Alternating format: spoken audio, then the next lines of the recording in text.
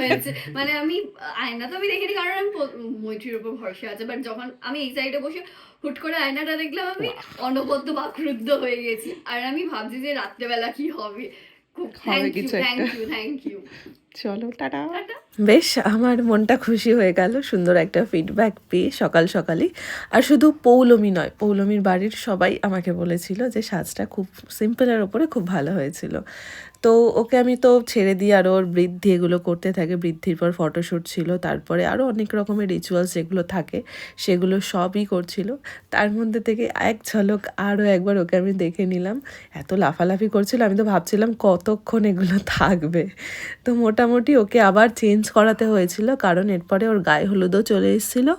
আর গায়ে হলুদের জন্য ওকে আমি টুকটাক কিছু চেঞ্জেস করেছি। এই যেমন টিকলিটা খুলে গায়ে হলুদের যেই টিকলিগুলো থাকে এখন সেইগুলো পরিয়েছি। তারপরে মাথার হেয়ার স্টাইলটা যেমন ছিল সেরকমই রেখেছি। শাড়িটাকে খুলে একটুখানি অন্যরকমভাবে পরিয়েছি। এগুলোর চাহিদা ছিল আর কি। খেলা তো এখান থেকেই শুরু।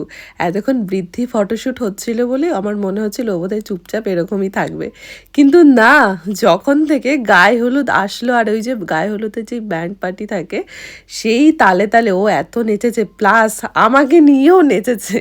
সত্যি ওকে দেখে আমার তো ভীষণ মজা লাগছিলই। আবার এটাও ভাবছি যে একটা মেয়ে বিয়ের দিনে কত রকম স্ট্রেস থাকে, কত রকম চিন্তায় থাকে, তারপরেও যে এত খুলে এত মেলে হাসি খুশিতে নিজের বিয়েটাকে সেলিব্রেট করছে, এটা সত্যি এটা বেশ ভালো জিনিস। তো এরপর কিন্তু আসছে একদম সেই সময়টা যখন আমি ওকে রেডি করব।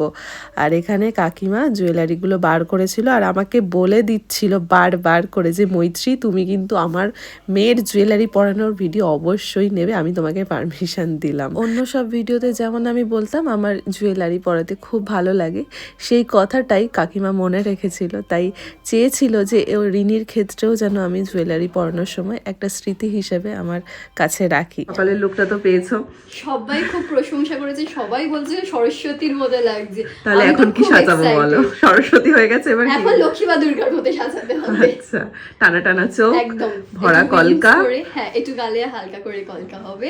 আচ্ছা যাতে আমার এই ছোট্ট মুখটাই ভালো লাগে, সবটা তোমার উপর। বেশ বেশ, চলো একদম মনের মতো করে সুন্দর করে তোমাকে সাজাবো। পৌলমী